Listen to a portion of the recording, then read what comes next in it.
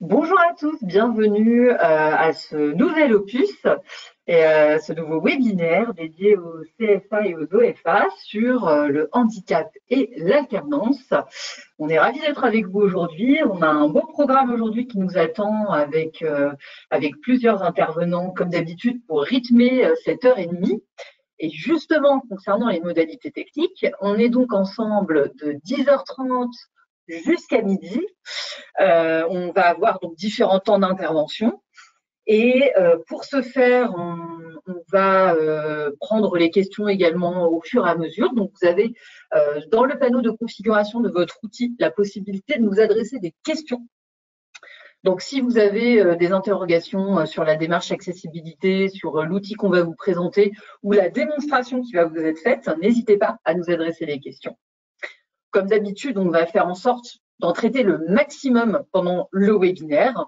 Pour autant, si on n'avait pas le temps de répondre à tout le monde, on prendra le temps de recueillir vos questions, d'y répondre à l'écrit et de mettre à disposition une FAQ qui sera donc en libre accès, comme le replay du webinaire sur la page dédiée de notre site internet. On a l'ensemble des replays, des supports, des documents partagés qui sont en libre accès et vous retrouverez tous les outils au même endroit. Nous avons avec nous des prestataires d'interprétation française, langue des signes française, et également de la vélotypie pour un webinaire 100% accessible. Sans plus tarder, je vous propose de commencer. Donc, on va donner le mot d'introduction à Nicolas Rivier. Nicolas, si tu peux ouvrir ta caméra et ton micro. Super, merci. Je te laisse la parole pour introduire ce 5e webinaire.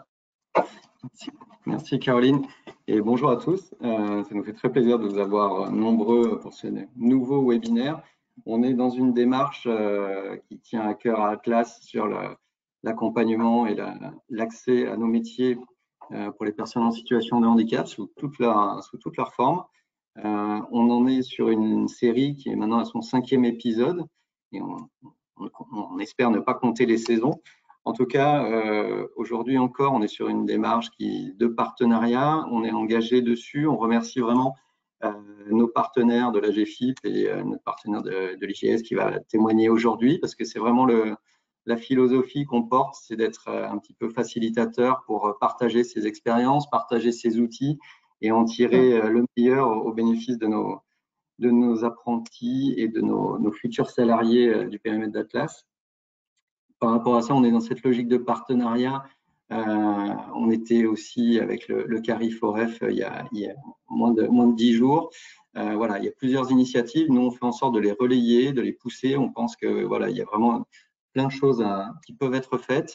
Et on remercie vraiment nos collègues aussi des différents CFA de se mobiliser sur ce sujet important et qui donne vraiment le sens sur l'accès à l'apprentissage.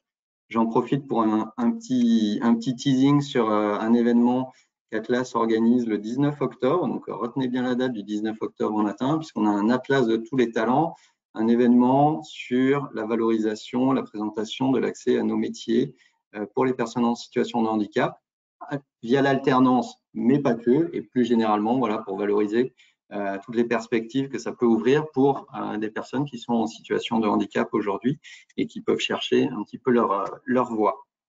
Donc là-dessus, on aura plaisir à vous y retrouver pour partager un certain nombre, là aussi, de témoignages et d'initiatives et voir un petit peu qu'est-ce qu'on peut retenir pour la suite. Sur ce, je vais passer rapidement la main. Je vous remercie vraiment d'être présent et on espère vous retrouver très prochainement. Merci. Merci beaucoup, Nicolas. Alors, du coup, je propose maintenant à Chantal d'allumer sa caméra et son micro. Chantal, est-ce que tu peux nous en dire plus sur la thématique du jour qui nous rassemble autour de ce 5e opus? Oui, bien sûr. Merci Caroline. Merci à tous d'être présents nombreux aujourd'hui pour comme tu le précises si bien, ce 5e opus.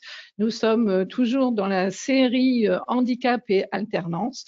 Comme le disait Nicolas, c'était la saison 1 jusqu'à maintenant. Eh bien, nous allons probablement continuer tout cela avec des éléments et des événements importants dans les semaines et dans les mois qui viennent. Le principe de cette série Handicap et Alternance, eh bien, l'an passé, nous avons réuni 2 groupes de travail de référents handicap du réseau CF Atlas. Ces 2 groupes, cette phosphorescence de ces différents cerveaux de référents handicap ont permis en fait de déterminer 6 thématiques qui étaient prioritaires à aborder dans le cadre du développement d'informations et de la professionnalisation en fait de ces référents handicap. Donc ces 6 thématiques, on en reparlera à la fin tout à l'heure, mais ces 6 thématiques ont été réunies autour de 4 webinaires qui sont disponibles pour tous à tout moment quand vous le souhaitez directement sur le site Atlas. Prestataire réseau CF Atlas, on vous mettra dans le chat de toute façon le lien si vous ne l'aviez pas. Je vous invite sincèrement effectivement à consulter chacun de ces webinaires parce que nous avons effectivement des thématiques différentes et indispensables de connaître pour vous spécialistes de l'alternance et spécifiquement en fait pour ce qui concerne le handicap. Il nous semblait en fait intéressant de continuer ce cycle en intégrant des outils mis à la disposition par les différents acteurs du sujet, sur le sujet. Donc, je vous remercie donc d'être aussi nombreux. Je vous laisse entre les mains professionnelles de ces différents acteurs. Je remercie également les CFA témoignant aujourd'hui sur ce sujet et je vous laisse donc à cette belle découverte. À tout à l'heure. Merci beaucoup Chantal. Effectivement, nous allons sans plus tarder rentrer dans le vif du sujet et vous parler de la démarche accessibilité, une démarche de progrès pour une accessibilité de la formation pour tous. En fait, on va avoir plusieurs temps. Donc là, on a eu les propos introductifs de Nicolas Rizet et Chantal Buffet. On va ensuite rentrer justement sur la présentation de la démarche pour vous en dire plus sur même l'outil qui va porter cette démarche. Ensuite, nous aurons un témoignage d'un CFA qui s'est déjà très bien approprié l'outil et qui va pouvoir vous faire une démonstration en live de l'utilisation de la plateforme et de toutes ses possibilités. Nous reviendrons aussi sur les différents outils que vous propose pour accompagner les entreprises, les alternants. La boîte à outils, la fameuse boîte à outils qui ne cesse de s'enrichir au fur et à mesure des webinaires et les contacts qui sont à votre disposition pour vous accompagner et vous répondre. Alors, pour du coup la présentation de la démarche accessibilité de la formation, je vais demander à Valérie Delbray d'allumer sa caméra et son micro. Et pendant que tout ça se fait, je vous informe qu'on va avoir des sondages qui vont apparaître à l'écran d'ici quelques minutes. Mais avant de les lancer, je vais laisser Valérie se présenter. Valérie, bonjour, merci d'être avec nous aujourd'hui. Est-ce que vous pouvez vous présenter, s'il vous plaît? Merci à vous. Alors moi, je suis chargée d'études et de développement. J'ai une spécificité, c'est que je travaille effectivement sur la coordination régionale d'Occitanie, donc rattachée à la délégation Occitanie. Et je travaille aussi avec l'équipe de la coordination nationale RHF. Merci Valérie. Alors, avant de présenter du coup cette démarche accessibilité, cette démarche de progrès, j'ai une question à vous poser, vous qui êtes avec nous et qui nous regardez. Est-ce que vous connaissez la démarche accessibilité? En avez-vous déjà entendu parler? Donc, je vais lancer ce sondage. On a besoin d'en savoir plus sur qui nous regarde aujourd'hui. Donc, oui ou non, simplement, est-ce que vous connaissez cette démarche? Je vous laisse une petite minute pour répondre. Alors, allez-y, à vos claviers. Pour l'instant, on n'a pas encore de répondants. Vous pouvez voter directement dans l'outil. Ok, les réponses commencent à arriver. L'écart s'amenuise. Ah non, ça se recreuse. Ça nous permet de mieux vous connaître et de pouvoir aussi adapter et contextualiser le plus possible. Alors, parfait. Très bien. Pas mal de votants, merci beaucoup. Ça continue d'arriver. Allez, bon, je vous laisse encore 10 petites secondes pour voter et après, on va collecter les réponses. Et ça fait 1 minute, je vais fermer le sondage. Hop, alors je partage les résultats du sondage. Nous avons 67% de personnes qui ne connaissent pas la démarche, du coup, et 33% qui la connaissent déjà. Donc, quelle que soit votre situation, n'hésitez pas à faire part de vos questions, au contraire, hein, ceux qui la connaissent. S'il y a des questions, ça va être le moment de les poser. Et donc, je vais masquer ce résultat et je vais vous poser la deuxième question qui va de pair. Avez-vous déjà ouvert votre plateforme régionale dédiée? Puisque du coup, cette démarche accessibilité, elle est incarnée par un outil digital du coup, que la GFIP a développé et a mis à votre disposition. Est-ce que vous avez déjà ouvert votre plateforme? Allez-y pour les réponses. C'est un deuxième sondage. On a encore besoin de vous. Vous pouvez également répondre directement dans l'outil. Merci. Les premières réponses commencent à arriver. Ah, là, on a plus de noms pour le moment. Ben, c'est très bien. Comme ça, vous allez découvrir avec nous. Très bien. Là, c'est pareil. On laisse encore quelques secondes pour répondre. Alors, là, on a un écart plus important sur les réponses qui se creusent avec une majorité de personnes qui n'ont pas encore ouvert leur plateforme. Donc, on va être dans une session découverte aujourd'hui. C'est parfait. Alors, encore 5 petites secondes pour répondre. Merci à tous, que vous avez presque tous répondu. C'est formidable. Et je ferme le sondage. On va partager les résultats et on est sur une majorité de non. Donc, c'est très bien. Aujourd'hui, sachez qu'on va avoir une présentation. Valérie va pouvoir nous présenter cette démarche globalement et puis l'outil. Puis après, on aura une démonstration d'utilisation de la plateforme. Donc, pour toutes les personnes déjà qui ont répondu non, vous allez pouvoir découvrir cette plateforme. Et pour celles qui ont répondu oui, n'hésitez pas à nous remonter peut-être vos retours d'expérience via le chat. Très bien. Caroline, je me permets juste une petite chose, Caroline. Quand tu es sur le sondage, on ne voit plus la vélotypie ni la traduction simultanée. Ah oui, désolée. Alors, du coup, navré de cet aléa technique.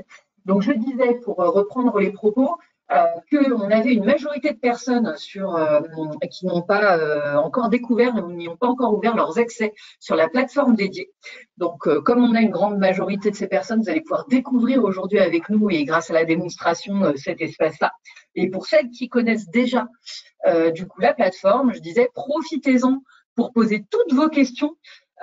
S'il y en a, du coup, suite à cette première utilisation ou à ces utilisations, c'est le moment, on est tous ensemble pour échanger dessus. Je vous propose de continuer notre webinaire avec Valérie, qui va donc nous présenter cette démarche accessibilité de formation pour tous. Valérie, à vous la parole. Merci Caroline. Alors, dans cette première page, cette première diapositive, vous avez un lien sur la démarche de progrès, n'est pas juste un bout de papier. Vous allez comprendre très vite quand j'aurai fini ma présentation. C'est un retour d'expérience d'un groupe d'organismes de formation qui ont été volontaires dans la région sud pour témoigner devant caméra sur la mise en œuvre de cette démarche de progrès. Après 18 mois d'expérimentation, puisque on s'est appuyé sur l'expérimentation qui avait été mise en place en région sud pour effectivement la généraliser sur le territoire national. Donc, vous pourrez découvrir, parce que c'est une vidéo qui dure 20 minutes, voilà, si vous voulez aller un petit peu plus loin et découvrir un petit peu le retour d'expérience de ces organismes, vous avez un accès direct sur cette vidéo. Eh bien, parfait.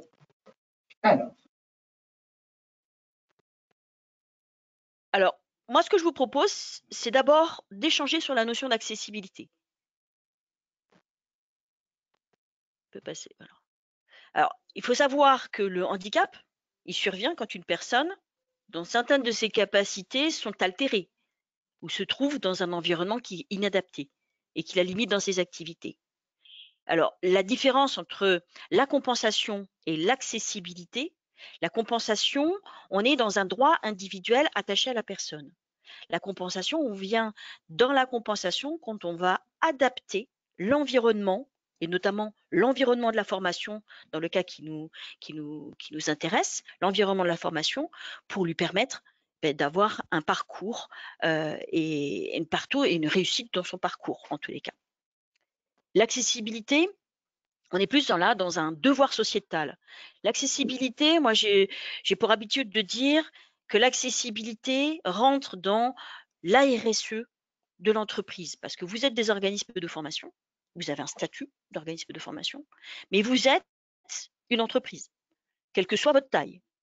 Une entreprise avec une responsabilité sociale, hein, et une politique handicap, là qui rejoint vos ressources humaines. L'accessibilité se raccroche à la politique handicap pour faire évoluer effectivement globalement le sujet du handicap dans votre structure. L'accessibilité, on est plus effectivement sur la partie formation et l'accessibilité de votre offre de formation. Alors, je vous ai mis un joli, parce que là, c'est un peu plus poétique.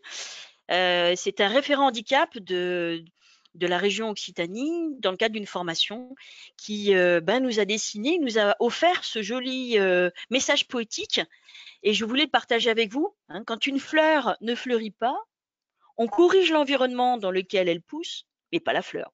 Voilà, c'est joliment parlé pour parler de l'accessibilité. Présenté. On peut passer à la diapo suivante. Voilà. Et pour lutter un petit peu contre les idées reçues, voilà, je vous ai mis quelques chiffres. Parce que souvent, quand on entend les organismes, oui, moi, j'accueille pas de personnes en situation de handicap. Alors, la notion de handicap. On a 5% des personnes qui sont en situation de handicap qui sont en fauteuil roulant. Hein. Donc, quand on parle du handicap, c'est pas que du handicap moteur. Sachant qu'on a 80% du handicap qui est invisible. Et ça, c'est important de comprendre que le handicap ne se voit pas. Alors, il ne se voit pas ou il n'est pas déclaré.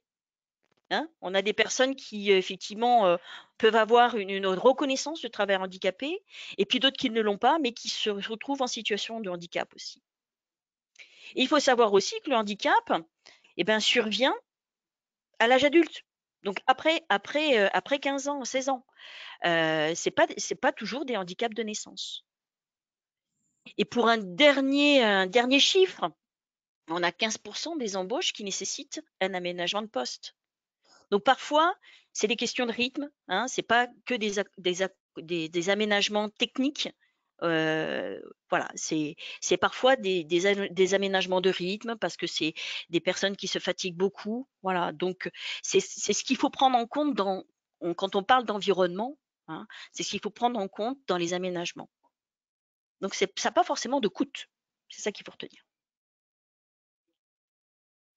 Alors l'accessibilité, en quoi ça consiste, hein? L'accessibilité, ça consiste à lever les obstacles, alors qu'ils soient systémiques, environnementaux, comportementaux, personnels, hein, et qui empêchent la personne d'atteindre son plein potentiel et de prendre part à des activités importantes dans sa vie et de contribuer à la société. Alors je vous ai mis un petit triptyque parce que ce petit triptyque, il parle de lui-même.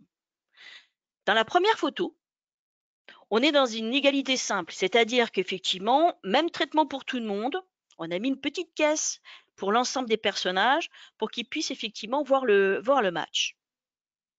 Dans la deuxième, on réfléchit, et là on est dans la compensation.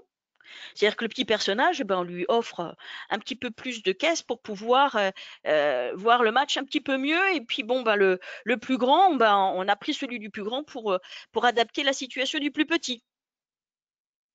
Et l'accessibilité, et là on travaille sur l'environnement, comme je vous l'ai précisé, on enlève les barrières et on met un grillage. Comme ça, c'est accessible à tous.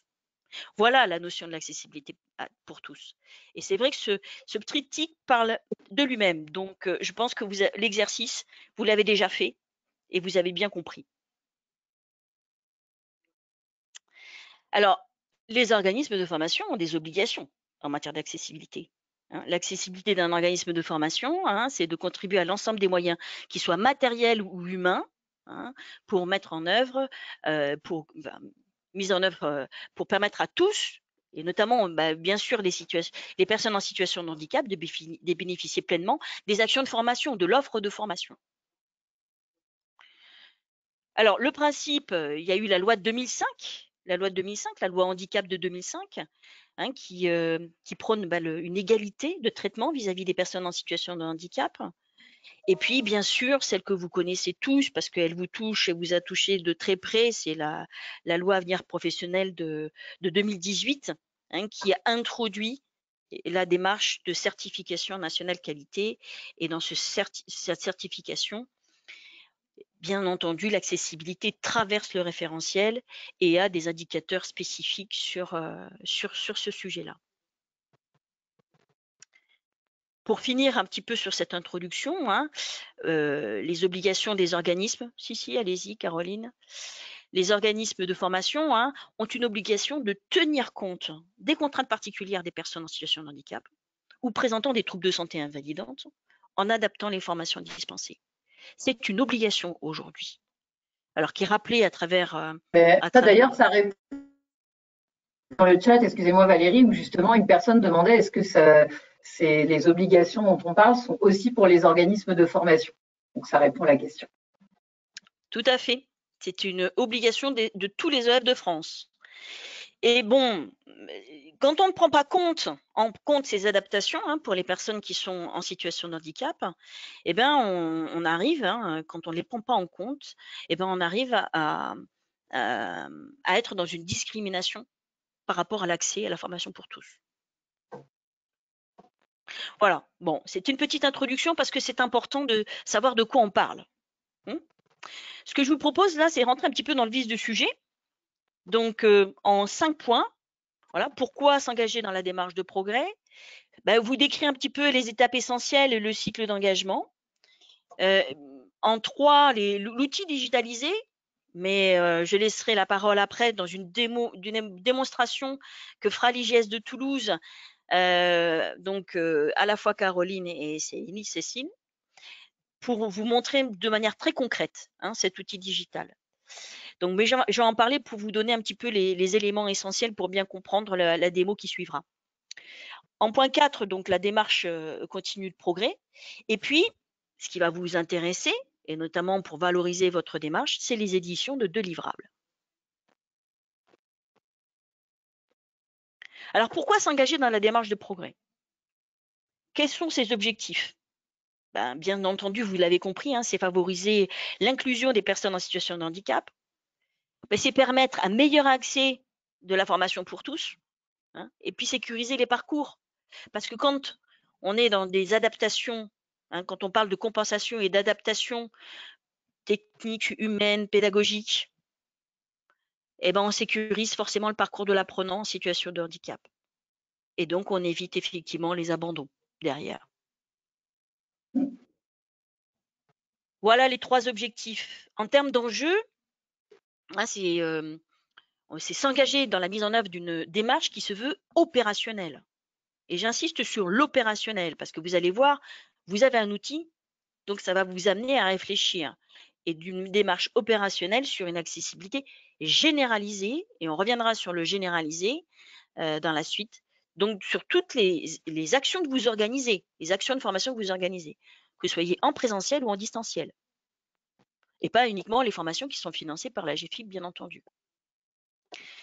Le deuxième enjeu, c'est s'inscrire dans une démarche volontaire, parce que ce n'est pas une démarche certifiante, vous avez l'habitude de Calliope, ce n'est pas une démarche certifiante, c'est une démarche qui est volontaire, et qui est interdépendante, vous allez le voir, avec votre certification Calliope. Alors, en matière d'engagement, votre engagement en tant qu'organisme de formation, c'est de développer un droit à la formation plus inclusif, bien entendu, ça vous l'avez bien compris depuis le début de cette introduction. C'est rendre lisible votre implication aussi en tant qu'organisme de formation dans le développement d'une politique d'accessibilité vis-à-vis des publics, bien entendu, mais vis-à-vis aussi des partenaires du handicap. Et puis, c'est soutenir en interne et accompagner les pratiques internes de vos équipes, mais aussi des référents handicap. Alors, je dis des référents handicap parce que vous êtes des CFA et généralement, voilà, vous êtes des organismes de moyenne ou de grosse taille et vous avez plusieurs référents handicap. Donc derrière, c'est ça, votre engagement, c'est en tant que, et là, je m'adresse plutôt aux directions, votre engagement, c'est aussi de soutenir cette démarche et de la déployer en interne. Parce que l'accessibilité, c'est l'affaire de tous. dans un organisme. Alors, on a bien entendu les référents handicap, et les référents handicap, dans leur mission, c'est pour ça que j'ai mis un petit bonhomme en forme de Zorro là, parce qu'ils ont à piloter cette démarche en interne, et ça fait partie de leur mission. Voilà, vous avez grosso modo brossé pourquoi s'engager dans cette démarche en termes d'objectifs, en termes d'enjeux et d'engagement. Valérie, j'ai une question dans le chat justement sur les obligations, et tout à l'heure vous parliez du principe de la compensation, et en lien on a cette notion d'aménagement raisonnable, et il y a une personne qui demande dans le chat est-ce que cette notion d'aménagement raisonnable est à envisager donc dans les organismes CFA, OF comme en entreprise? Est-ce que on l'appréhende de la même manière? Aussi, exactement. Voilà, c'est pour ça que je faisais le lien entre la politique accessibilité, la politique handicap et la RSE. Alors, je me permets de C'est une prendre démarche globale. L'accessibilité ne doit pas être déconnectée de la manière dont vous gérez la politique handicap dans votre structure. C'est intimement lié, comme avec la démarche qualité. Et du coup, j'ai une question aussi sur les référents handicap. Vous venez de les évoquer, donc les oraux de nos structures qui nous regardent. Il y a une personne qui demande à partir de combien d'apprenants ils doivent avoir, si tant est que ce soit une obligation, ils doivent avoir plusieurs référents handicap. Est-ce que c'est quand il y a plusieurs sites? Est-ce qu'il y a quelque chose qui légifère cette notion-là? Alors, légiférer, il y a aussi une logique d'opérationnalité. C'est-à-dire, si vous avez plusieurs sites, bien entendu, il vaut mieux un référent handicap par site. Et vous allez voir dans la démarche, puisqu'on s'adresse pas uniquement à des organismes de formation monosites, mais aussi des multisites, que le pilotage de cette démarche, elle doit être voilà, sur chaque site que vous avez. Et pour être pertinente, pour la rendre pertinente, il faut que l'autopositionnement, on en parlera tout à l'heure, l'autopositionnement par rapport à votre niveau d'accessibilité se fasse sur chaque site. Ça ne peut pas se voir de manière globale. Il faut effectivement engager une réflexion site par site. Donc là, on est vraiment, on voit bien la notion d'opérationnalité dont vous parliez, sans parler de l'obligation. Là, c'est vraiment pour pouvoir déployer cette politique handicap, on est sur quelque chose du coup qui accompagne. Donc du coup, on met des référents handicap sur chaque site. Ouais, c'est une question de déploiement et d'opérationnalité dans l'organisation.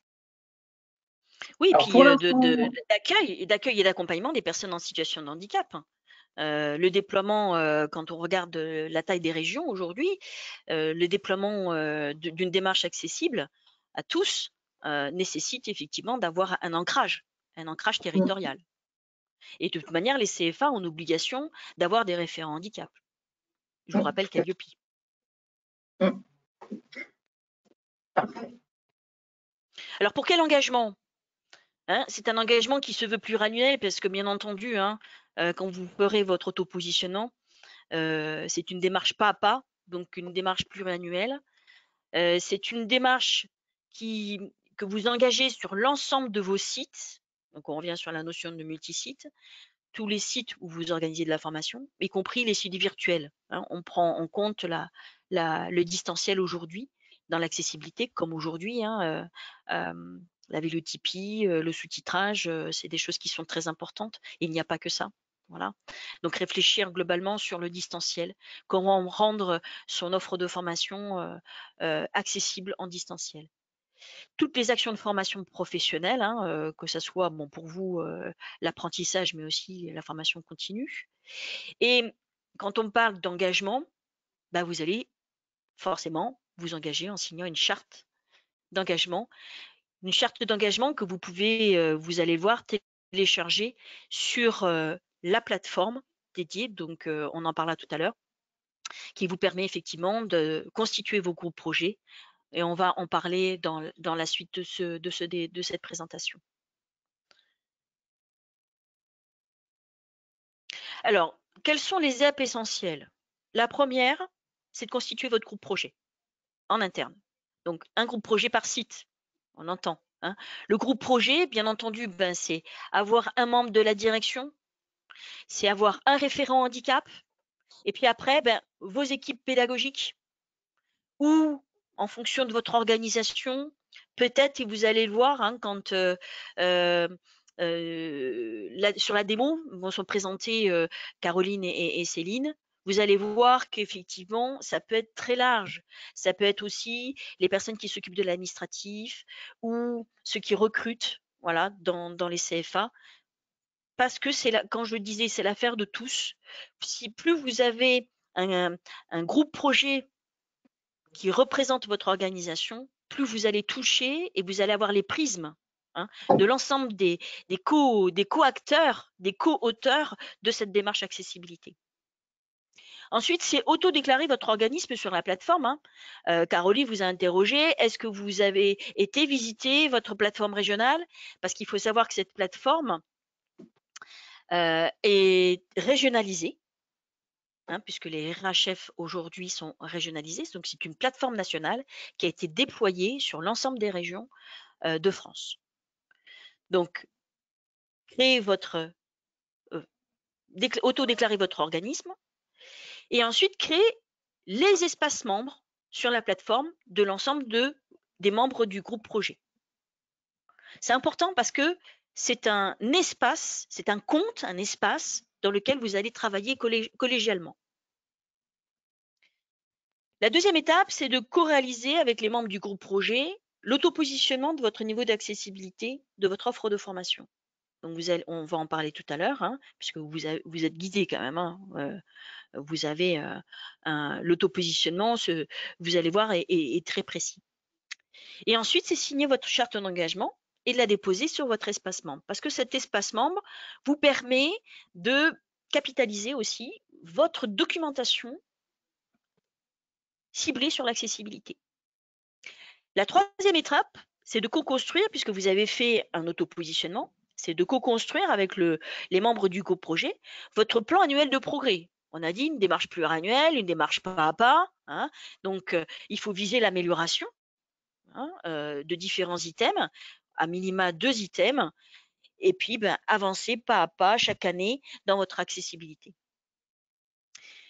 C'est réalisé à minima une fois par an, une évaluation des progrès que vous avez réalisés, hein, donc le bilan de votre plan d'action hein, que vous avez mené, et puis derrière, restituer vos progrès à l'AGFIP via la plateforme.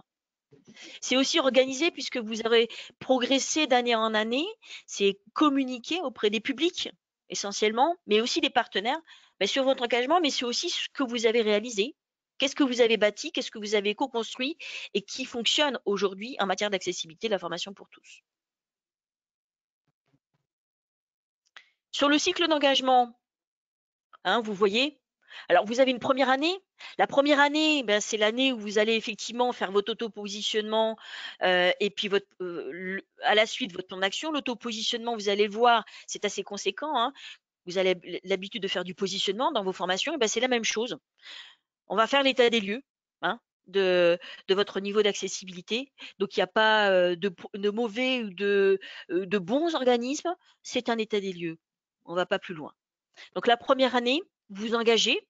Donc, cet auto-positionnement sera intéressant parce que derrière, à partir du moment où vous l'avez fait, que ça s'est tracé sur la plateforme, à 12 mois, vous allez effectivement, par rapport aux réalisations, l'actualiser et puis faire votre plan annuel de progrès de l'année N+1.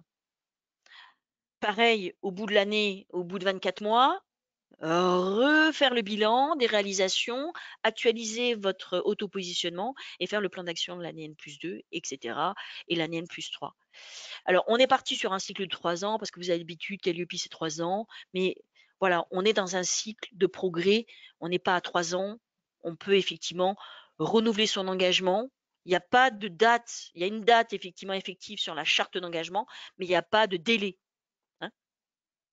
Voilà, un cycle qui vous permet effectivement d'avancer et de progresser dans votre démarche de progrès. Alors, l'outil digitalisé, hein, qui est au service de la démarche, on le rappelle, donc pour accéder à la plateforme de votre région, hein, il faut aller sur le site de l'AGFIP. Donc, vous avez dans le ici le lien qui vous amène sur la page acteur du site de l'AGFIP. Et vous allez reconnaître, hein, je vous ai fait les visuels pour que vous reconnaissiez là où vous devez aller, donc sur cette page-là, évaluer l'accessibilité de vos formations. Et vous allez cliquer sur un ascenseur. Alors là, j'ai mis Occitanie parce que l'IGS, c'est Toulouse, donc ça a amené effectivement dans une logique de présentation. Donc, vous cliquez sur votre région et vous avez accès directement à la plateforme de votre région. Alors Valérie, je Très me facile. permets du coup, de faire le lien entre ce que vous êtes en train de dire et une question qui est juste arrivée. Donc ça correspond totalement au déroulé de la présentation. Oui, alors la personne qui a mis le lien, je pense que c'est le lien que vous avez mis, c'est bien celui de la plateforme de votre région, mais plus généralement pour tout le monde qui nous regarde, vous allez avoir le support de la présentation et donc les liens. Le lien a été ajouté derrière le petit mot ici qui est surligné et en bleu. Donc, vous aurez un lien qui vous emmène vers le site de la GFIP, rubrique acteurs de la formation. Et via cet encart, vous aurez la possibilité de rejoindre votre plateforme régionale, comme l'a dit Valérie, en sélectionnant votre région. Donc oui, pour répondre à tous ceux qui ont posé la question, vous aurez bien le support avec le lien pour retrouver votre plateforme. Voilà. Je vous redonne la parole, Valérie. Donc, un accès facilité via le site hein, pour effectivement aller sur la plateforme de votre région. Alors, dans la logique, on prend la logique de l'implantation du siège social de la structure. Parce qu'on peut avoir des organismes nationaux. Hein. Donc, vous allez sur la région où votre siège social est implanté. D'accord. Ah. Valérie, vous êtes… c'est bon. Et j'ai cru que vous étiez figée. J'ai une question d'une personne qui demande est-ce que nous devons adhérer à cette démarche accessibilité si nous sommes déjà inscrits dans la démarche H+ de la région? Alors, H+, c'est effectivement, hein, il y a eu des régions qui se sont réfléchies et ont engagé des démarches antérieures. Ça serait intéressant effectivement puisqu'il y a des éléments complémentaires. Après, rapprochez-vous de votre RHF et regardez avec eux hein, la ressource handicap formation d'Auvergne-Rhône-Alpes pour voir avec eux comment vous inscrire dans cette démarche-là, si vous avez déjà fait une démarche de réflexion sur H+. Rapprochez-vous d'eux, ce sera plus simple. Et donc, ça fait le lien avec une autre question, du coup, qui répond déjà un petit peu dans ce que vous venez de dire. Est-il possible de contacter un ou une spécialiste pour faire un état des lieux de notre site? Donc, nous, on a Chantal qui a répondu dans le chat. Effectivement, rapprochez-vous de votre RHF. Donc, et c'est ce que Valérie vient de préciser aussi. Ça va vraiment être les personnes ressources pour vous. En fait, de vous rapprocher au niveau régional de la RHF de la GFIP pour justement faire le point sur où vous en êtes, de comment rentrer dans la démarche de progrès et sur comment vous servir du coup de cet outil. Alors, sur chaque plateforme, vous avez un espace dédié hein, pour contacter la RHF de votre région. Pour la petite info. Voilà. Donc, si vous allez sur la plateforme, vous aurez les contacts régionaux. Il y a d'autres questions? Pour l'instant, non. Je vérifie, mais alors, non, c'est bon. Bon, il y a eu des petits décalages. Donc, votre espace membre, quand je dis créer votre espace membre sécurisé, hein, donc vous auto-déclarez votre structure, c'est important de le faire au démarrage, hein, parce que sinon, vous ne pourrez pas créer vos espaces membres. Donc, là, il est important. Hein, la plateforme se présente comme ça, voilà, avec une page d'accueil, une page sur la présentation de la RHF, une page sur la démarche de progrès, l'espace pour créer votre espace membre. Et puis, comme je vous parlais, vous avez « Je contacte la RHF », donc les coordonnées de la RHF locale. Donc, la première étape, c'est effectivement, pour rejoindre la communauté RHF de votre région, c'est de créer les espaces membres de votre groupe projet. J'ai parlé d'autopositionnement tout à l'heure. L'autopositionnement, là, vous êtes dans l'espace, dans votre espace, dans votre futur espace, on va dire, votre futur espace pour mener votre démarche d'accessibilité. L'autopositionnement, il se fait sur 2 chapitres. Donc, un premier chapitre global sur l'organisation de votre accessibilité. avec derrière 6 items. OK? Et un deuxième chapitre qui est beaucoup plus opérationnel, qui est sur l'adaptation à chacun et sur l'adaptation du parcours de l'apprenant en situation de handicap. Et là, vous avez 5 items. Et derrière chacun de ces items, vous avez des questions. Mais Caroline reviendra tout à l'heure, elle vous présentera, Tedona vous présentera un petit peu plus sur la démo, ça prendra un petit peu plus, ça sera un peu plus concret. Donc la première étape, c'est de faire son auto-positionnement et d'évaluer son niveau d'accessibilité.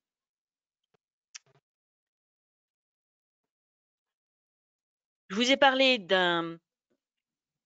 d'items et derrière de questions. Donc derrière chaque item, et là vous avez les 11 sur la partie de gauche, vous avez des questions associées. Donc vous avez 21 questions pour évaluer votre niveau d'accessibilité. Caroline Tedena prendra un exemple pour vous montrer concrètement qu'est-ce que c'est qu'un item, qu'est-ce que c'est qu'une question, comment on évalue.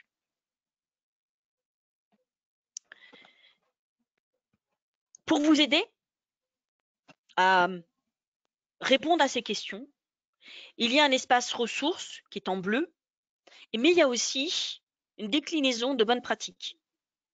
Donc pour chaque question, vous avez des recommandations sur des bonnes pratiques ou des illustrations, voilà, pour réaliser votre état des lieux. Et ça, c'est important parce que ça va vous guider quelque part dans votre démarche de réflexion et pour l'évaluation de votre et pour réaliser votre auto-positionnement. Alors le cycle, quand on parle de démarche de continu, c'est un cycle. Donc l'auto-positionnement, vous allez le voir, la première chose que vous allez faire, la première étape, c'est que vous allez évaluer. Vous allez évaluer, donc vous allez réaliser votre premier état des lieux, des réalisations et des actions que vous avez conduites. Parce que vous avez déjà fait, vous êtes déjà dans l'accessibilité, vous allez le voir. Quand vous allez démarrer votre auto-positionnement, vous avez déjà fait des choses. OK ? Ensuite, la deuxième étape, ça va être de démontrer. C'est-à-dire qu'à partir du moment où vous avez décliné des réalisations ou des actions que vous avez conduites, vous allez répertorier ces éléments. Et donc, vous allez les notifier. Et vous pourrez aussi déposer vos preuves dans un espace ressources. Après avoir évalué et démontré, la troisième étape, c'est estimer. Donc, vous allez auto-estimer votre taux d'avancement, donc évaluer votre taux de réalisation en pourcentage de 0 à 100%. Alors, ça ne sert à rien de se mettre à 100% parce qu'on ne vous croira pas. Voilà, si vous êtes à 100% partout, on viendra vous voir. Parce que là, vous allez nous intriguer quand même. Donc ça, c'est ce qu'on appelle l'auto-positionnement, évaluer, démontrer, estimer. Ça constitue l'auto-positionnement. Et à partir du moment où vous avez fait cet auto-positionnement sur les 21 questions, sur les 11 items et les 21 questions, vous allez être dans la démarche et la quatrième, c'est-à-dire progresser. Progresser, donc vous allez définir votre plan d'action, donc les actions que vous allez conduire sur l'année. Donc pas sur tous les items, pas sur toutes les questions. D'accord ? Vous allez effectivement définir des priorités. Et donc sur l'année N, et ensuite recommencer, comme je vous l'ai expliqué, vous allez revoir votre état des lieux, vous allez, les éléments observables, vous en aurez de nouveaux éléments que vous pourrez répertorier, et votre taux va évoluer. Et recommencer votre plan d'action pour l'année N+1. Voilà, c'est un cycle. Voilà, le cycle. C'est une démarche continue de progrès. Valérie, j'ai une question. Une question qui effectivement peut concerner plusieurs structures qui nous regardent. Y a-t-il un focus plus tard sur les organismes de formation qu'on dit hors les murs ? Car par exemple, sur l'auto-positionnement, il y a nous en tant que CFA, mais dans nos locaux, il n'y a pas d'apprentis. On me dit là 17 personnes, donc on est en contact avec des référents handicap qui sont dans les écoles partenaires et qui ne sont pas toutes au même niveau. Donc dans cette autodéclaration, est-ce que nous tenons compte de ce qui se passe dans les écoles partenaires ? C'est important, oui, parce que vous êtes hors les murs. Donc c'est comment vous les associez à cette démarche d'amélioration continue et de la démarche d'accessibilité, la formation pour tous. Qu'on soit, et c'est ce que je vous disais tout à l'heure sur le distanciel, c'est la même chose. Donc c'est comment vous veillez à ce que votre offre de formation, même si elle est hors les murs, de l'accessibilité de votre offre de formation. Mm. Voilà, quelle que soit la modalité, j'ai envie de vous dire. Très bien, je pense que ça répond à la question. Merci beaucoup Valérie. Et pour finir, la plateforme va vous permettre, et ça va vous intéresser dans le cadre de vos démarches qualité, votre démarche Calliope, puisque vous pourrez éditer une première attestation qui va suivre, parce que vous pourrez éditer autant de documents que vous souhaitez à partir du moment où vous avez renouvelé votre autopositionnement et reclôturé votre autopositionnement, vous le verrez. Vous pourrez éditer une attestation sur l'avancée de votre politique accessibilité. Donc, qui reprend les chapitres et les items, les dates où vous avez effectivement, où vous êtes intervenu sur votre autopositionnement et le taux d'avancement global par chapitre et item par item. Vous pourrez aussi éditer un deuxième document et là, il est beaucoup plus général. C'est un dossier de synthèse de tout ce que vous avez inscrit sur la plateforme. Et ça reprend l'entièreté de ce que vous avez saisi et de l'entièreté de votre démarche. Donc ça, c'est des documents qui sont… Alors, l'attestation, vous pouvez la valoriser et la mettre à côté puisqu'aujourd'hui, votre certificat Calliope, vous devez l'afficher, vous pouvez le mettre à côté.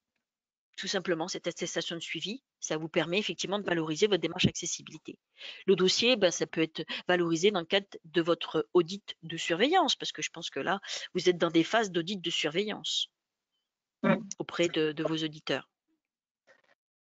Effectivement, c'était un lien que j'allais proposer sur le fait que du coup, tous ces outils en fait vous simplifient la vie dans la démarche Calliope, puisque une fois que vous avez rempli au fil de l'eau votre plateforme, ces documents, vous pouvez les éditer quand vous voulez. Donc, du coup, ça vous permet d'un simple clic de ne pas perdre tout ce qui a été fait pendant 1, 2 ou 3 ans et de pouvoir le présenter quelle que soit la phase dans laquelle vous êtes au niveau de Calliope, phase de dépôt de dossier pour une première labellisation ou bien du coup un audit de surveillance, un renouvellement. Donc, tous ces documents sont là pour vous aider et vous simplifier la vie.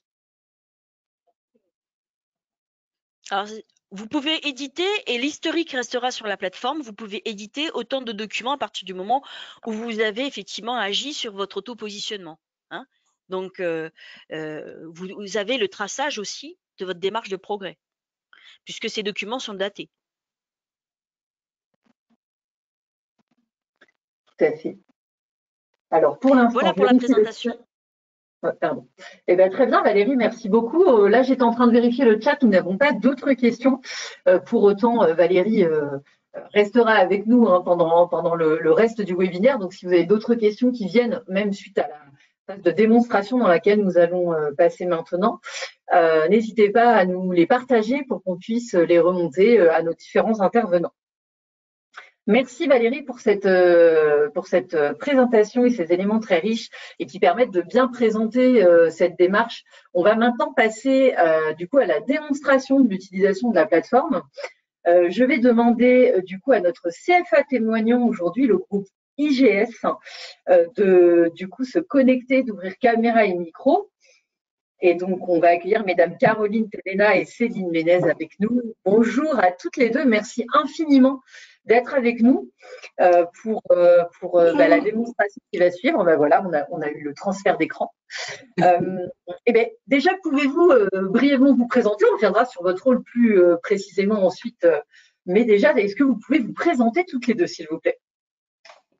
Bonjour, donc moi je suis Caroline Telena, donc je suis référente handicap sur le campus de l'IGS Blagnac depuis 9 ans. Donc j'occupe le poste à mi-temps pour environ 1800 apprenants. Et le reste du temps, voilà, je suis sur l'accompagnement, stage et alternance.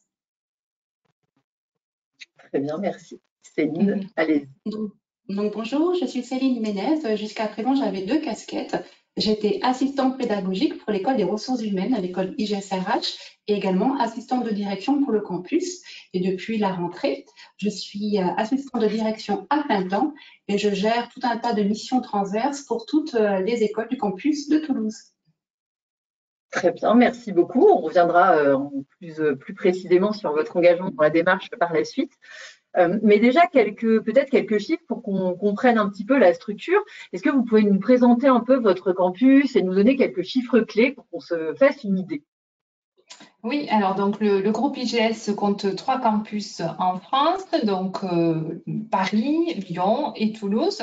Donc nous, à Toulouse, nous avons 1800 apprenants. Donc nous avons 5 écoles et un pôle alternance. Donc dans les 5 écoles, il y a une école donc de commerce, RH, informatique, communication et journalisme et immobilier. Voilà, nous avons environ un partenaire de 3000 entreprises, un partenariat de 3000 entreprises. Voilà. Bien, merci beaucoup. Et du coup, depuis que vous êtes engagé dans cette démarche de progrès, est-ce que vous avez pu mesurer une amélioration? Est-ce que pareil, vous avez une évolution chiffrée à nous évoquer peut-être? Oui, donc comme je vous le disais, donc moi je suis référente handicap depuis 9 ans. Donc depuis 9 ans, en effet, on mesure une augmentation régulière du nombre d'apprenants en situation de handicap ou nécessitant un aménagement. Mais c'est vrai que là, la différence est vraiment notable ces 2 dernières années. Donc l'an dernier, par exemple, à cette période, on avait 47 apprenants donc en situation de handicap. Et aujourd'hui, à date, on en a 77. Et voilà, je sais que les chiffres vont encore augmenter puisque donc à chaque rentrée, nous avons avec la communication donc, que l'on a mis en place, donc nous allons avoir de nouveaux apprenants qui vont se manifester. Voilà. Donc, en effet, oui, une augmentation significative. Oui, en effet, elle est effectivement significative. Alors, merci pour ces quelques chiffres qui nous permettent effectivement de mieux comprendre. Du coup, comme vous avez maintenant la main sur le partage d'écran, c'est parfait. Je propose qu'on fasse la fameuse démonstration de l'utilisation de cette plateforme et que vous nous emmeniez dans votre espace et que vous nous montriez un petit peu quel usage vous en faites. Oui. Alors, donc, je vous présente donc notre plateforme, avec donc le groupe projet ici constitué. Donc, le groupe projet donc est constitué chez nous donc d'un membre de la direction, donc 2 membres de la pédagogie, donc assistante pédagogie et responsable de formation. Voilà tout ce groupe projet s'est engagé. Et donc, peut-être que Céline, tu peux nous dire pourquoi tu t'es engagée dans ce groupe projet? Oui, peut-être dire que donc, je fais partie du groupe de travail depuis 1 an. Caroline l'a mis en place il y a environ 1 an. Et on se réunit environ tous les 2 mois. Et durant ce groupe, on fait un état des lieux avec Caroline, des apprenants en situation de handicap, et on échange avec elle sur les dispositifs humains et matériels mis en place au campus et bien sûr en entreprise. Et nous aidons aussi à Caroline, à notre niveau, à alimenter cette fameuse plateforme. Moi, à titre personnel, je me suis engagée dans ce projet parce que j'ai une réelle sensibilité sur le handicap et l'inclusion, puisque moi, j'ai un enfant TSA, c'est-à-dire qui est autiste et qui est scolarisé dans un dispositif d'inclusion qu'on appelle Ulysse. Donc, c'est pour ça que je me sens très concernée. Et dans mon quotidien, au niveau professionnel, moi, je traite de l'accessibilité à travers des réunions de coordination auprès des assistantes pédagogiques. Elles me permettent aussi de me faire remonter justement les étudiants qui sont en situation de handicap, de faire un lien avec Caroline. Et aussi, j'ai une autre casquette, je gère toute la gestion des salles du campus pour toutes les formations. Donc, j'essaye de prendre en compte au maximum les besoins matériels et spécifiques des personnes en situation de handicap. Par exemple, l'affectation de salles plates, mobiles, au lieu, par exemple, d'un amphithéâtre qui ne serait pas du tout adapté pour nos étudiants. Très bien, merci beaucoup. Et là, en plus, dans le groupe projet, Caroline, vous disiez, et puis là, on voit bien l'émission de Céline aussi. Et dans le groupe projet, on voit qu'il y a bien l'engagement de la direction, on voit qu'il y a différentes personnes avec différentes missions. Donc, je trouve que ce qui ressort bien, c'est vraiment la mixité de ce groupe projet. Hein, on parlait tout à l'heure, Valérie disait que le référent handicap, c'est le Zorro du CFA, il est partout et aussi, finalement, il pilote cette équipe mixte. Et du coup, c'est aussi la richesse du projet et de l'engagement dans cette démarche accessibilité. Oui, Tout à fait. Super, donc ça nous donne déjà une bonne idée. Donc ça, on le disait, hein, Valérie le présentait quand elle parlait de la plateforme, de déjà créer cet espace membre. Mais du coup, on a parlé aussi de livrables. Est-ce que, avant de prendre un exemple et de y aller dans les items, vous pouvez nous montrer un exemple de ces livrables et nous faire quelques commentaires sur ces outils? Oui, alors donc je vais vous montrer notre attestation de suivi. Donc voilà que nous avons terminé, enfin voilà, on a fini vraiment de compléter la plateforme fin juillet 2023. Voilà donc l'attestation que l'on a pu établir. Voilà, je peux peut-être vous montrer aussi le dossier de synthèse. Alors, du coup, qui est peut-être un peu plus conséquent, alors je vais le réduire. Parfait. Alors voilà, donc il reprend vraiment, enfin on retrouve vraiment toutes les informations que l'on a complétées et ce qui permet aussi à notre RHF de voir voilà notre avancée et d'échanger avec nous par rapport au contenu de la plateforme. Voilà. En effet, c'est assez fourni. Est-ce que vous avez déjà eu l'occasion de vous servir de ces outils dans le cadre de l'audit de surveillance Calliope, peut-être, ou pas encore? Alors, non, pas encore. Le prochain audit est au mois de novembre, donc oui, là, on va s'en servir.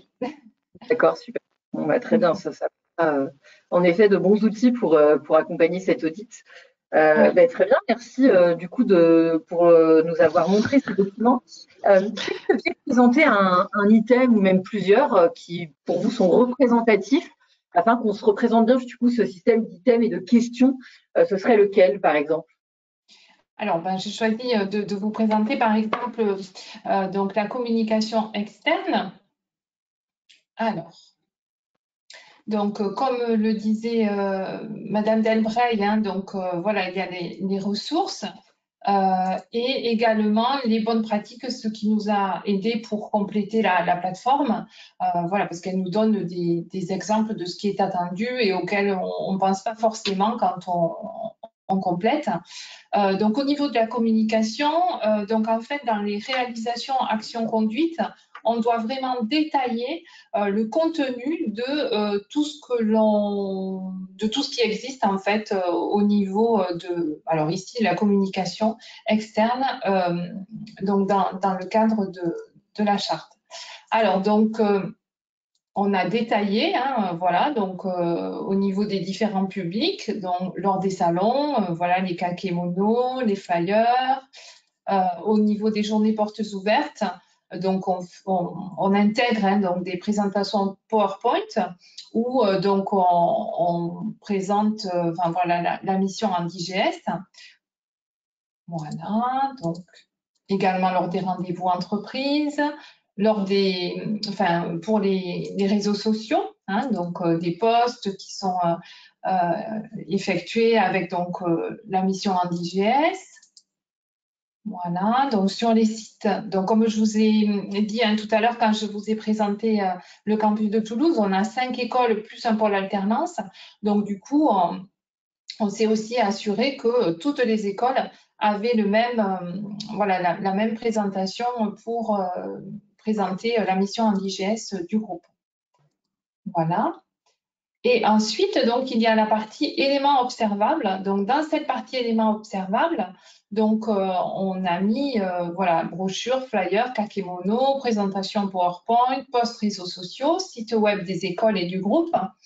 Et donc, là, ensuite, on est allé déposer dans nos ressources. Voilà, il y a une arborescence qui existait, qu'on a complétée. Et donc, donc ici, je retourne dans communication externe et il y a donc, voilà, on a déposé les supports de communication que nous avons pour, enfin, voilà, pour la communication externe. Donc, par exemple, le kakémono. Voilà. Alors, est-ce que je ne sais pas où fermer? Je ne vois plus là. Alors, attendez, parce que du coup, moi, je ne sais pas où je suis. Vous pouvez déplacer le bandeau de Vélotype si vous voulez accéder, et puis le remettre après, hein, vous embêtez pas. Si c'est ce qui vous gêne pour avoir accès, voilà, puis comme ça, vous pouvez revenir. C'est ça. Voilà. Voilà. Donc ensuite, la présentation des journées portes ouvertes, par exemple. Donc, lors des journées portes ouvertes, voilà. Lors de chaque présentation, il y a voilà, ce PowerPoint. Et donc, sur le campus, nous avons aussi une assistante sociale qui est présente, avec qui aussi je suis en lien. Voilà, donc on est sur la même slide. Super. Et donc ça veut dire dans vos ressources, elles sont accessibles du coup par tous les membres. Ça veut dire qu'en fait, vous mutualisez aussi tous les documents existants pour la démarche, c'est ça? Oui, tout à fait. Et donc la brochure étudiante, par exemple, donc qui est destinée à tous les nouveaux étudiants, enfin à tous les étudiants qui intègrent le campus à la rentrée. Voilà, donc il y a une information sur la mission handicap. Super. Et aussi pour, normalement, il y a les formateurs. Bon, c'est la même pour les formateurs, en fait. Voilà. Parfait. Voilà. Parfait, c'est très clair. Je vais regarder le chat, voir si on a des questions. Est-ce qu'on peut avoir oui, hein, tout à fait. Donc Chantal a répondu dans le chat, hein, mais vous pouvez avoir accès à cet outil via la page des acteurs de la formation. Dans le support qu'on va vous partager, vous avez l'accès direct. Et en attendant de recevoir le support, vous pouvez aussi vous connecter au site de la GFIP et aller dans la rubrique acteurs de la formation. Et vous allez, en fonction de votre région, avoir accès à cette plateforme pour déjà commencer à l'explorer, créer votre espace. Donc, il n'y a pas de problème, c'est accessible à tous. Très bien. Alors, moi, j'ai une question à vous poser par rapport à la RHF. Valérie, d'ailleurs, si vous souhaitez vous reconnecter avec nous et rouvrir caméra et micro, parce que ça concerne aussi la GFIP, cette question. L'accompagnement du groupe IGS, du coup, par la ressource handicap formation, quel accompagnement vous avez eu? Comment ça vous a appuyé peut-être dans cette démarche de progrès? Peut-être qu'on peut en dire un mot, parce que c'était une des questions du chat en plus sur comment on entre en contact. Donc, est-ce que vous pouvez nous en dire un mot? Oui, alors bon, sur la région Occitanie, notre RHF, c'est Nathalie Bail. Donc Nathalie, alors moi je la connais depuis 9 ans, donc depuis que je suis référente handicap, puisqu'elle m'a formée sur l'émission de référent handicap. Donc c'est vrai que je la connais depuis 9 ans. Donc voilà, lorsqu'elle nous a présenté la charte, bon, moi c'est naturellement engagée dans la démarche. Donc en fait, son soutien, il est là depuis le début, puisque donc elle nous a fait une réunion, une première réunion où elle a présenté aux membres de la direction, voilà, l'engagement. Également lors du groupe, après la constitution du groupe projet. Donc, elle était intervenue, elle s'était déplacée pour échanger sur ce qui était attendu, sur, voilà, nous présenter la plateforme. Là, la semaine, enfin, elle fait aussi des points individuels, donc avec moi. Donc, notamment, voilà, après le remplissage de la plateforme, voilà, elle a fait un point avec nous pour voir où est-ce qu'on en était, si ce que l'on avait mis correspondait à ce qui était attendu. Et donc là, la semaine prochaine, on a notre prochain point avec elle, où là, on va vraiment décider des plans d'action que l'on va mettre en place pour cette année. Voilà. Donc, on est sur un accompagnement en proximité. Oui. Valérie, est-ce que vous souhaitez peut-être compléter par rapport à l'accompagnement de la RHF et la présence territoriale de l'AGFIP qui accompagne du coup les organismes de formation et les CFA? On parle bien des deux, parce que la question est revenue plusieurs fois sur le chat. On parle bien des deux. Donc, Valérie, je vous laisse dire un mot peut-être sur cet accompagnement. Alors, la RHF en Occitanie, mais les RHF au plan national, on a chacun effectivement déployé, puisque la RHF, c'est un copilotage avec nos partenaires régionaux. On a déployé des appuis individuels. Donc, des appuis individuels pour démarrer la démarche, pour engager la démarche, parce que tout dépend du positionnement du référent handicap. pas toujours un référent handicap qui a du temps, un peu comme Caroline. Hein. Caroline a un mi-temps sur, c'est bien ça, Caroline a un mi-temps sur sa mission de référent handicap. Donc, tout dépend de la configuration, de la place du référent handicap, de la logique aussi de la direction.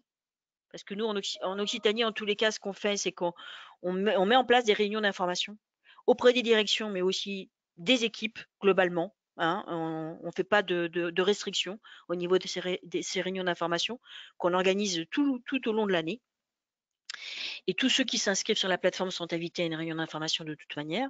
Et après, on propose des appuis individuels. Donc, l'appui individuel, à la fois sur l'autopositionnement, donc on ne fait pas à la place, on appuie le groupe projet dans sa démarche de réflexion. Et pour la meilleure compréhension aussi de l'outil d'autopositionnement, vous l'avez vu, hein, c'est 2 chapitres, 11 items, 21 questions. Parfois, effectivement, il faut aller un petit peu plus loin. Hein, c'est un peu comme Calliope, c'est dans la prise en main, en fin de compte, de cet outil d'autopositionnement. Et ensuite, on propose aussi un appui individuel, comme le disait Caroline, par rapport à l'établissement du plan de progrès annuel. Voilà. Après, c'est suivi. On est dans un suivi, hein, donc l'idée, alors on n'a pas que Nathalie, hein, puisque aujourd'hui on a une équipe Est-Ouest. On a coupé la région en deux pour être justement en proximité des organismes de formation. Et on a des équipes qui interviennent sur ces 2 territoires pour pouvoir répondre aux besoins. Et besoins, donc ça peut se faire en visio, voilà, mais c'est en distanciel. Mais on insiste beaucoup aujourd'hui pour aller voir les organismes sur leur site. Voilà. Donc il y a des temps et ça, c'est décidé, c'est laissé à l'appréciation du groupe projet, mais c'est aussi à l'appréciation du conseiller RHF qui sera en charge d'accompagner l'organisme. Merci beaucoup pour ces précisions. Je pense que c'est vraiment un point important que pour les organismes de formation, les CFA qui nous regardent, cette notion de proximité et d'accompagnement de la RHF. Et on voit bien quand ça a été très bien incarné par le groupe IGS qui nous a présenté et du coup la démarche dans laquelle ils sont et comment ils ont été accompagnés. J'en profite, j'ai quelques questions, mais on a un timing qui va nous permettre de vraiment prendre toutes les questions du chat. Donc j'ai une question sur la différence entre l'autopositionnement de la région, alors le CRFH, et ce positionnement-là. Est-ce que la personne peut peut-être préciser la question pour qu'on puisse répondre au mieux? Alors, j'imagine que c'est un outil de positionnement qui existe peut-être dans la région. Pour ma part, je ne le connais pas. C'est peut-être ça. Est-ce que Valérie, ça vous évoque quelque chose ou on me demande des précisions dans le chat? C'est peut-être par rapport à la personne qui était intervenue sur H+, qui est une démarche particulière sur la région Auvergne-Rhône-Alpes. C'est peut-être la même personne. C'est complémentaire, j'ai envie de vous dire. Voilà, c'est assez complémentaire aux démarches qui ont déjà été initiées auparavant par rapport effectivement à cet outil d'autopositionnement. C'est une autre personne qui a posé la question, mais effectivement, je pense qu'on est dans le même ordre d'idée. Vous avez raison, on est sur des démarches complémentaires. Hein. Donc, l'idéal, c'est ce que vous disiez tout à l'heure, Valérie, c'est peut-être de vous rapprocher de ces référents. Si vous êtes déjà, par exemple, engagé dans la démarche CRFH, de votre région, de faire le point, et aussi de contacter la ressource handicap formation de l'EGFIP pour voir faire un point de situation où vous en êtes et l'engagement dans la démarche. En fait, quand il y a 2 régions, il y a le Nouvelle-Aquitaine, CRFH, et puis il y a Auvergne-Rhône-Alpes qui avait déjà initié des démarches. Donc voilà, rapprochez-vous de vos RHF respectives et puis discutez avec les conseillers RHF de votre région. Très bien. Alors, j'ai une autre question qui, je pense, rejoint un petit peu celle qu'on a eue tout à l'heure. Comment gère-t-on un site où plusieurs entités cohabitent avec des espaces communs?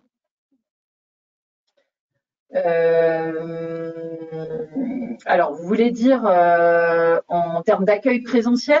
Est-ce que la personne qui a posé cette question peut la préciser? Donc, on va attendre que la personne puisse préciser sa question.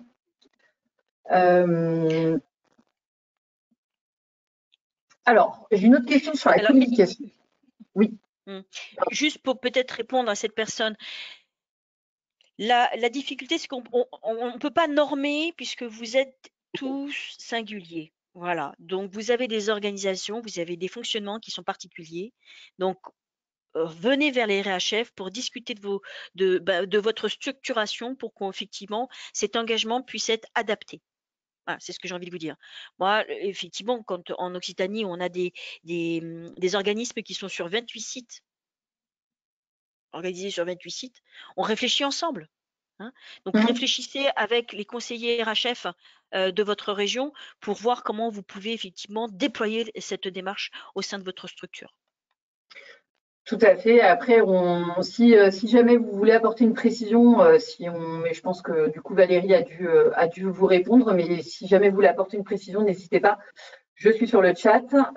Après, j'ai une autre question sur faut-il dédier un kakémono à l'accompagnement des personnes en situation de handicap ou bien peut-on faire apparaître seulement une phrase sur le sujet? Là, j'ai envie de vous dire, c'est un peu ce que Valérie vient d'évoquer quand elle parlait de normes.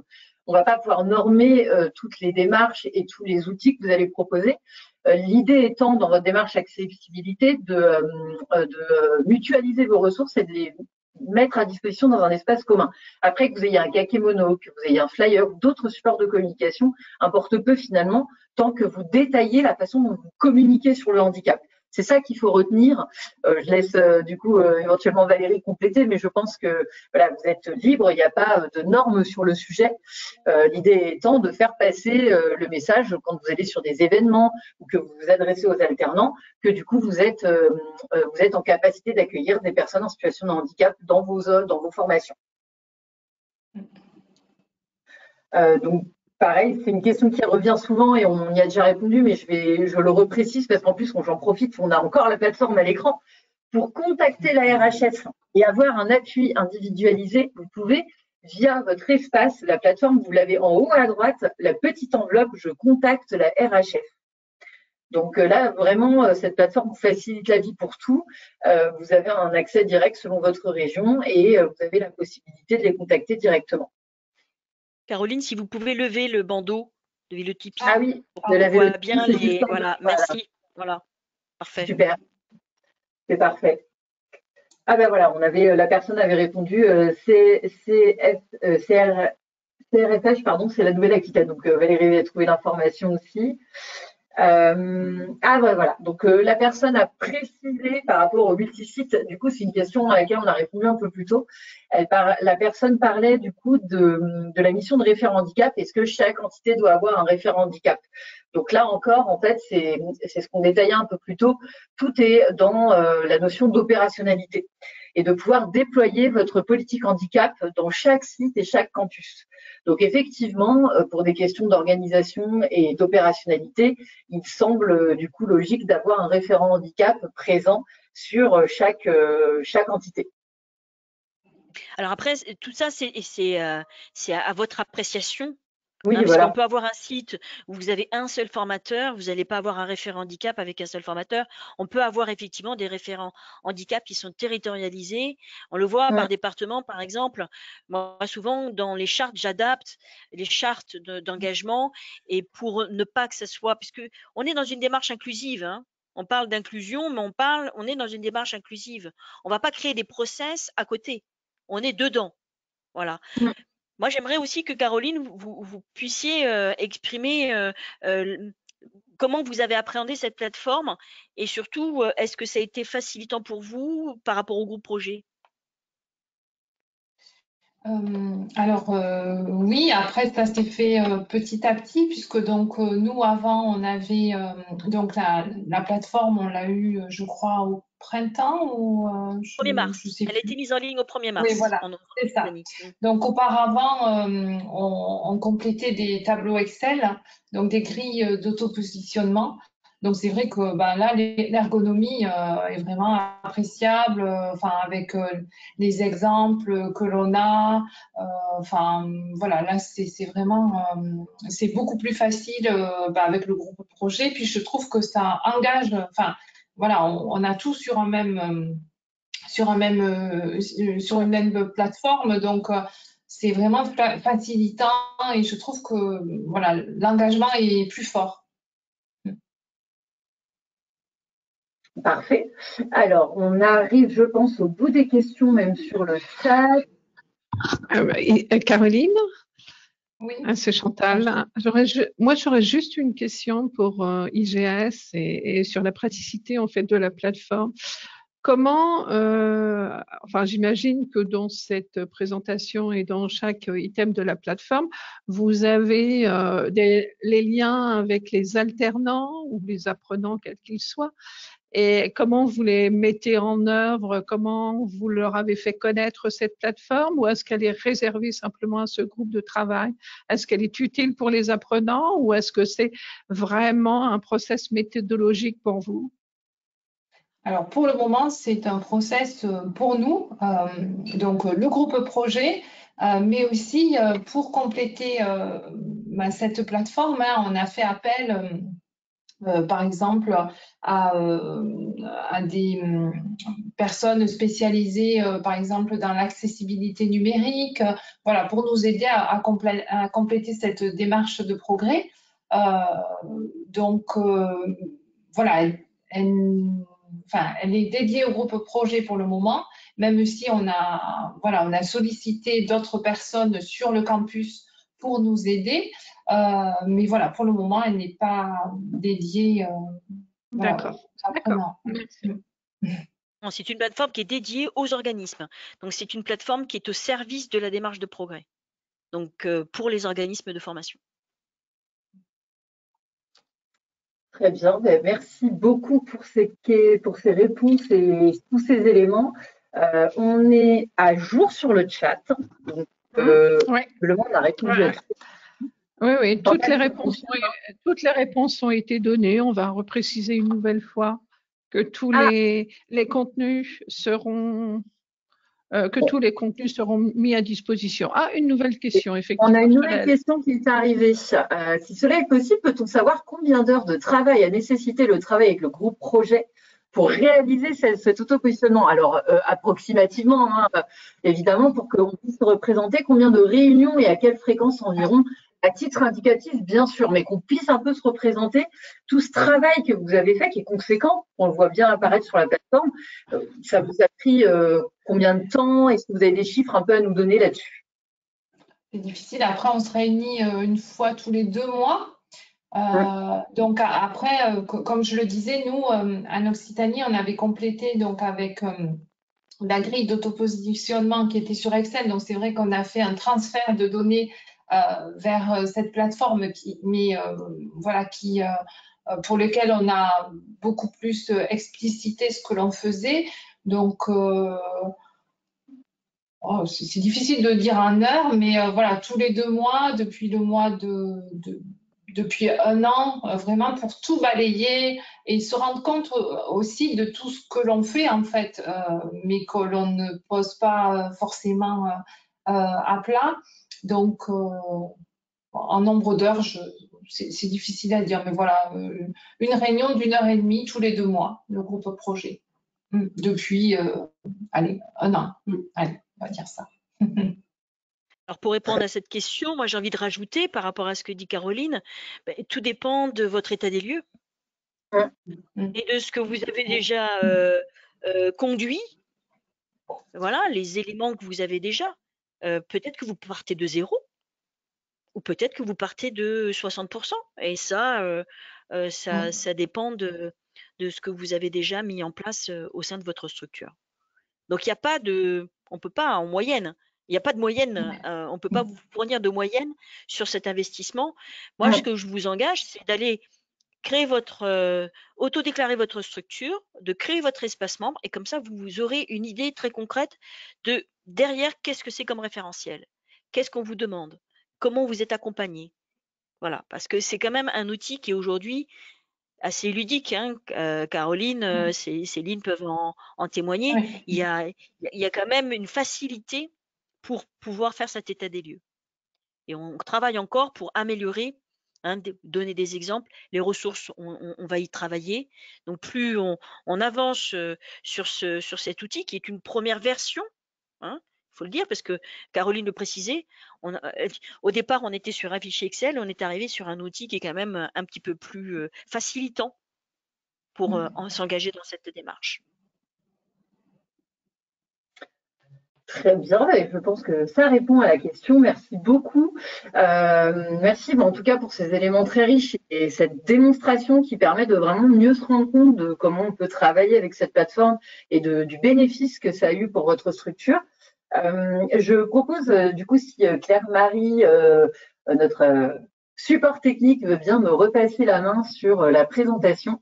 On va du coup avancer et aller doucement vers la conclusion aussi de notre webinaire. Mais avant ça, on va revenir sur les outils qui sont à votre main. En tout cas, un grand merci Caroline Tedena, Céline Ménez et puis Valérie pour toutes ces précisions très importantes. Je pense que ça permet de bien illustrer l'usage de cette plateforme.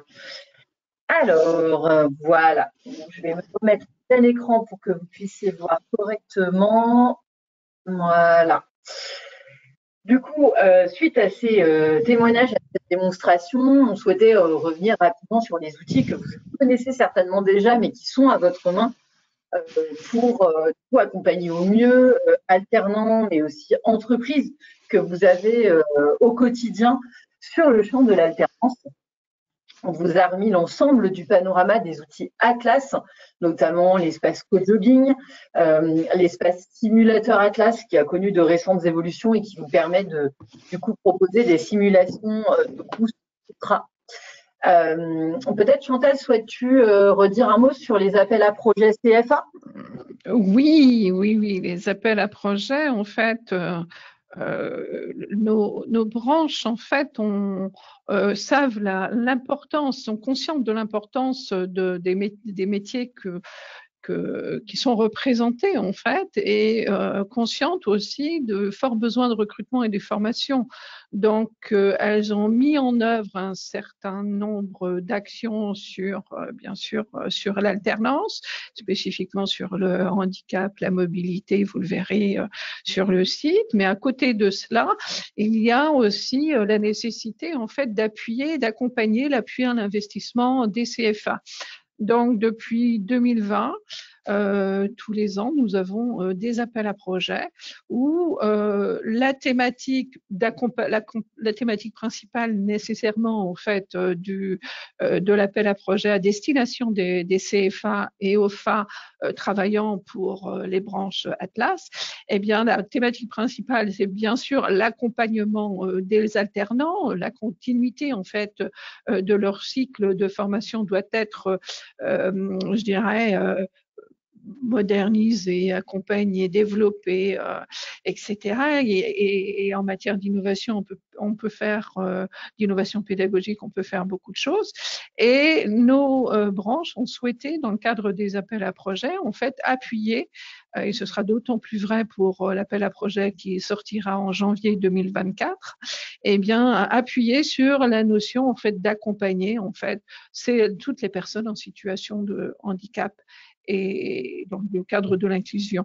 Donc, il est important en fait que chaque CFA ait connaissance en fait de ces différents appels à projets qui sortent tous les ans pour en cas de développement relativement important qui va au-delà en fait de l'aide apportée logiquement dans le cadre de l'accompagnement Atlas et puis à GFIP.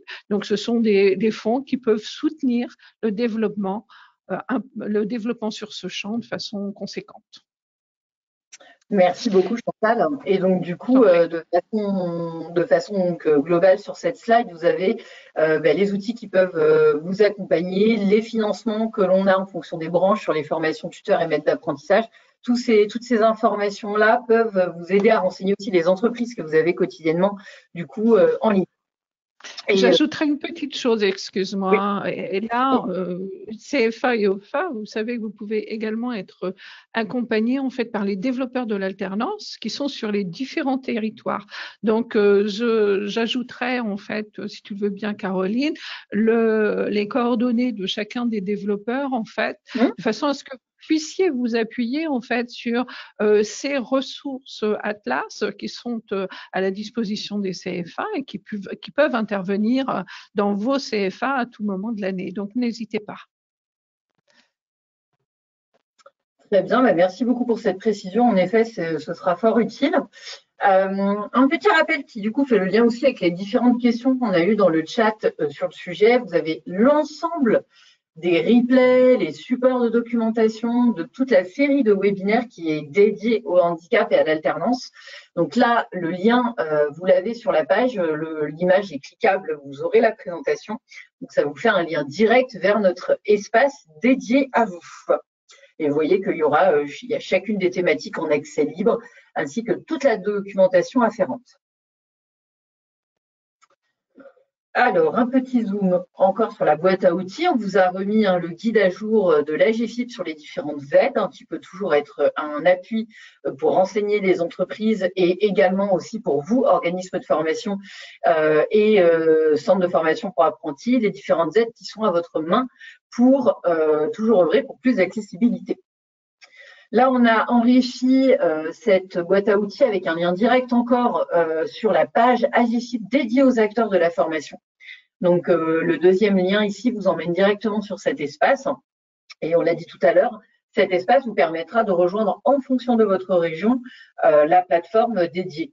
Et j'ai bien vu dans le chat la personne qui parlait du coup du CRFH pour la Nouvelle-Aquitaine. D'accord, très bien. Du coup, l'idée, c'est vraiment de voir en fonction de chaque région et de contacter la RHF locale pour voir ce qui est le mieux dans le cadre de cette démarche. Vous avez donc ici un ensemble de ressources aussi à votre main. Tous les liens sont cliquables et vous permet d'accéder à ces ressources et ces vidéos. Il y a aussi des capsules vidéo. On a laissé le panorama des outils et ressources qu'on avait intégrés dans un précédent webinaire qui vous permet notamment de communiquer. Il y avait une personne tout à l'heure qui posait une question pour, par exemple, un kakémono. Est-ce que c'est un outil obligatoire? Donc non, c'est pas un outil obligatoire. Et pour le coup, si vous voulez travailler sur cette communication interne, externe sur le sujet du handicap, il y a énormément de ressources qui existent et qui sont à votre main, qui sont personnalisables, des outils de sensibilisation que vous pouvez récupérer du coup sur les différents espaces de l'AGFIP, le centre de ressources, mais aussi sur l'espace activateur de progrès, si vous êtes activateur de progrès. Voilà, il y a vraiment plein de ressources en ligne qui peuvent vous aider justement à enrichir ces items de communication. Donc, n'hésitez pas à faire un tour sur ces ressources. Et donc, la fameuse rubrique contact, où vous avez le contact de Chantal Buffet, que vous avez pu voir tout à l'heure, qui est intervenue sur les outils Atlas, et moi-même, donc Caroline Pachou, chef de projet handicap et diversité. Vous pouvez bien sûr nous contacter et du coup, vous aurez également le contact des différents développeurs de l'alternance qui peuvent vous accompagner aussi en proximité en fonction de votre région. Donc là, Chantal nous mettra à disposition ses coordonnées et elles feront partie du support que nous allons vous partager. Eh bien, écoutez, nous arrivons au terme de notre webinaire. Il me reste, alors oui, si les contacts ressources handicap formation, on les a remis aussi à la fin de ce support. Il me reste à vous remercier très chaleureusement. Alors déjà, un grand merci à nos intervenantes du jour, à notre partenaire l'AGFIP qui nous accompagne depuis le début sur l'ensemble de cette série. Un grand merci. Merci au groupe IGS pour ce témoignage très précieux. C'est toujours très important de pouvoir être le plus opérationnel possible. Et quoi de mieux qu'un témoignage pour rester ancré dans l'organisation quotidienne d'un CFA. Et puis merci du coup à nos prestataires interprétation français langue des signes française, la Vélotipie et à vous qui avez été très nombreux aujourd'hui à nous regarder et à bientôt pour la suite de nos webinaires. On reviendra vers vous pour vous partager les différentes informations et en attendant, rendez-vous le 19 octobre. Nicolas Vorivier vous le disait en début de webinaire pour la classe de tous les talents. C'est donc une nouvelle série d'événements qu'on va déployer et on commence avec le handicap. Donc, on compte sur vous. Si vous n'avez pas eu le Save the Date ou l'invitation, revenez vers nous. Vous y êtes cordialement invités et donc de nombreux témoignages à venir. Une matinée, je pense, d'échanges très riches avec les acteurs du monde emploi, formation et inclusion. Vous pouvez directement vous connecter, je pense, sur le site Atlas. Vous aurez la connexion et l'inscription immédiate. dans les prochains jours. Je ne suis pas persuadée Tout que à ce soit fait, encore oui, fait. tout à fait. Dans le cas contraire, n'hésitez pas à nous contacter parce que pour le coup, on est sur un événement en plus hybride. Hein, donc, pour ceux qui pourront pas forcément être avec nous en présentiel, toutes les modalités distancielles sont assurées. Donc, vraiment, n'hésitez pas et on a hâte de vous y retrouver. Merci à tous, très bonne journée et puis à bientôt pour un nouvel opus de la série Handicap et Alternance. Merci à tous et merci à toi, Caroline, pour l'animation.